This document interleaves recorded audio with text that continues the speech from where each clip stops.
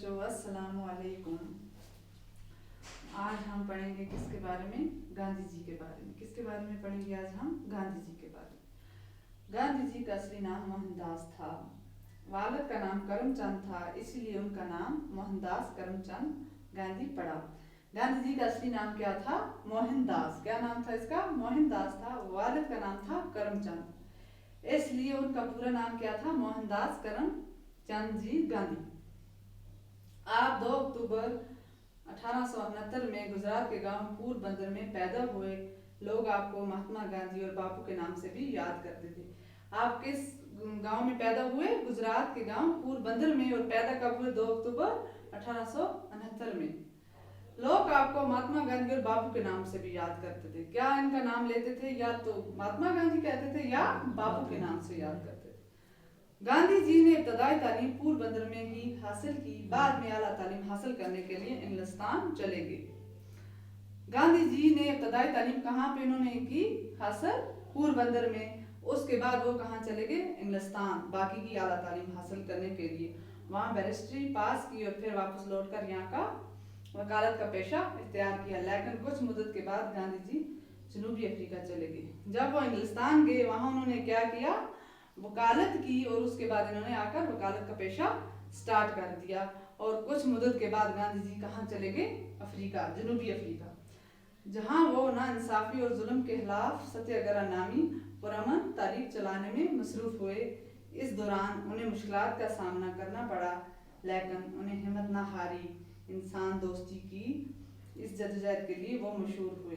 वो कहाँ चले गए? जनूबी अफ्रीका। वहाँ उन्होंने जुल्म और नाइंसाफी के खिलाफ आवाज उठाई। उन्होंने एक तारीख चलाई। वहाँ पे वो ज्यादा मसरूफ हो गए। उस वक्त उनको बहुत सी मुश्किलात का सामना करना पड़ा, लेकिन उन्होंने फिर भी हिम्मत अपनी नहीं हारी। इसी इंसान दोस्ती के लिए वो क्या हो गए? इस कोशिश के लिए वो मशहूर हो गए। जनूबी अफ्रीका से वापसी पर गांधी जी हिंदुस्तान की सियासत में सरगर्म हो गए। जब वो जनूबी अफ्रीका से वापस आए, उनको किसका ज्यादा हो गया? सियासत का। उन्होंने हिंदुस्तान की सियासत में हिस्सा लेना शुरू कर दिया। उन्होंने अंग्रेजों के खिलाफ आज़ादी की तारीख में बढ़ चढ़ कर हिस्सा लिया। उस वक्त हिंदुस्तान में ज्यादा क्या थे? अंग्रेज थे। उनकी हुकूमत चल रही थी। उन्होंने क्या किया? अंग्रेजों के खिलाफ तारीख स्टार्ट कर दी। 1942 में हिंदुस्तान छोड़ दो तारीख शुरू की। 1942 में उन्होंने क्या किया? एक तारीख चलाई जिसका नाम था हिंदुस्तान छोड़ दो। उन्होंने वो तारीख शुरू की। अवाम ने आज़ादी के नारे उनके साथ आवाज मिला दी। बिलाखिर 1947 में हिंदुस्तान आज़ाद हुआ। 1942 में उन्होंने अपनी तारीख हिंदुस्तान छोड़ दो शुरू की। अवाम ने आज़ादी के नारे लगाए, उनके साथ आवाज मिलाई। आखिरकार क्या हुआ? 1947 में हमारा हिंदुस्तान आज़ाद हो गया। गांधी जी ने सादा जिंदगी बसर की। वो बहुत बड़े इंसान दोस्त लीडर थे। वो फिरका परस्ती के नासूर के खिलाफ थे। हिंदू, सिख, मुस्लिम, ईसाई आपस में हैं भाई भाई। उनकी खास तालीम थी। उन्होंने रवादारी और भाईचारे को कायम रखना सिखाया। गांधी जी की जो जिंदगी थी वो बिल्कुल सादा गुजरी थी, सिंपल गुजरी थी। वो बहुत बड़े इंसान थे, लेकिन थे हर एक के दोस्त। वो फिरका परस्ती के खिलाफ थे, क्योंकि वहाँ के लोग क्या करते थे? जो बड़े जात के लोग होते थे वो छोटी जात वालों को कम समझते थे, इसलिए उन्होंने कभी इसमें फिरका परस्ती नहीं की। वो हिंदू, मुस्लिम, सिख, ईसाई जो भी होते थे वो कहते थे कि ये क्या है? आपस में भाई भाई हैं। उन्होंने उनके को खास अच्छी तालीम दी। उन्होंने रवादारी, भाईचारे को कायम रखना सिखाया। गांधी जी रंग, नस्ल, जात पात और भेदभाव के सख्त मुखालिफ थे। उनका मानना था कि अगर गांव खुशहाल होंगे तो मुल्क भी खुशहाल होगा। इसीलिए उन्होंने गांव और मुल्क की तरक्की के लिए घरेलू दस्तकारियों पर जोर दिया। चरखे को उन्होंने बड़ा रिवाज दिया और खुद भी चरखे पर सूत काटते थे। उन्होंने क्या किया?